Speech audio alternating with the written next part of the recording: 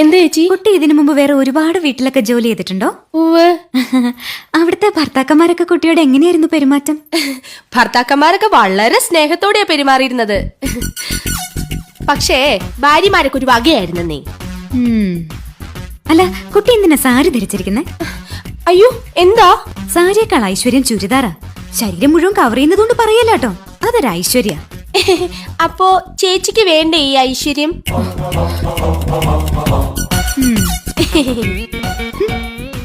അതെ.